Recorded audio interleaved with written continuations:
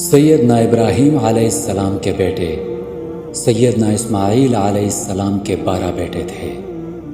ان کی نسل اس قدر ہوئی کہ مکہ مکرمہ میں نہ سما سکی اور پورے حجاز میں پھیل گئی۔ ان کے ایک بیٹے قیدار کی اولاد میں عدنان ہوئے۔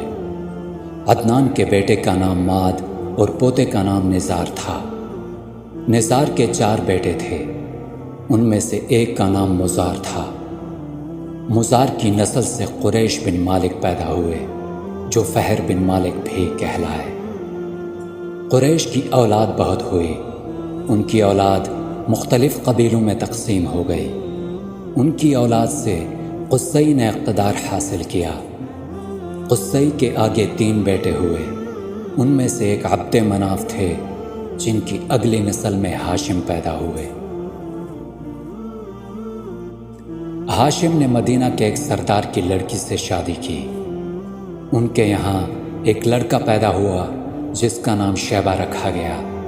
شیبہ پیدا ہی ہوا تھا کہ ہاشم کا انتقال ہو گیا۔ ہاشم کے بھائی مطلب مکہ کے حاکم ہوئے۔ ہاشم کا بیٹا مدینہ منورہ میں پرورش پاتا رہا۔ جب مطلب کو معلوم ہو گیا کہ شیبہ جوان ہو گیا ہے تو اپنے بھتیجے کو لینے کے لیے خود مدینہ گئے۔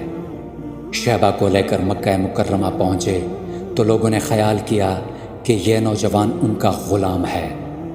مطلب نے لوگوں کو بتایا، یہ ہاشم کا بیٹا اور میرا بھتیجا ہے۔ اس کے باوجود لوگوں نے اسے مطلب کا غلام ہی کہنا شروع کر دیا۔